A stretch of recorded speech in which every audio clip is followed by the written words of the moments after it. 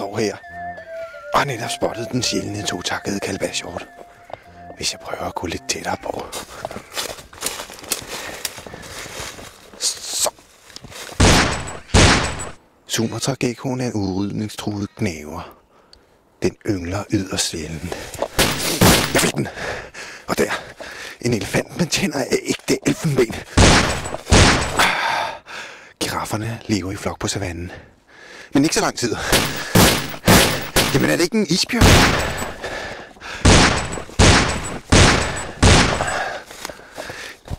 Menneskeaber. Flokdyr.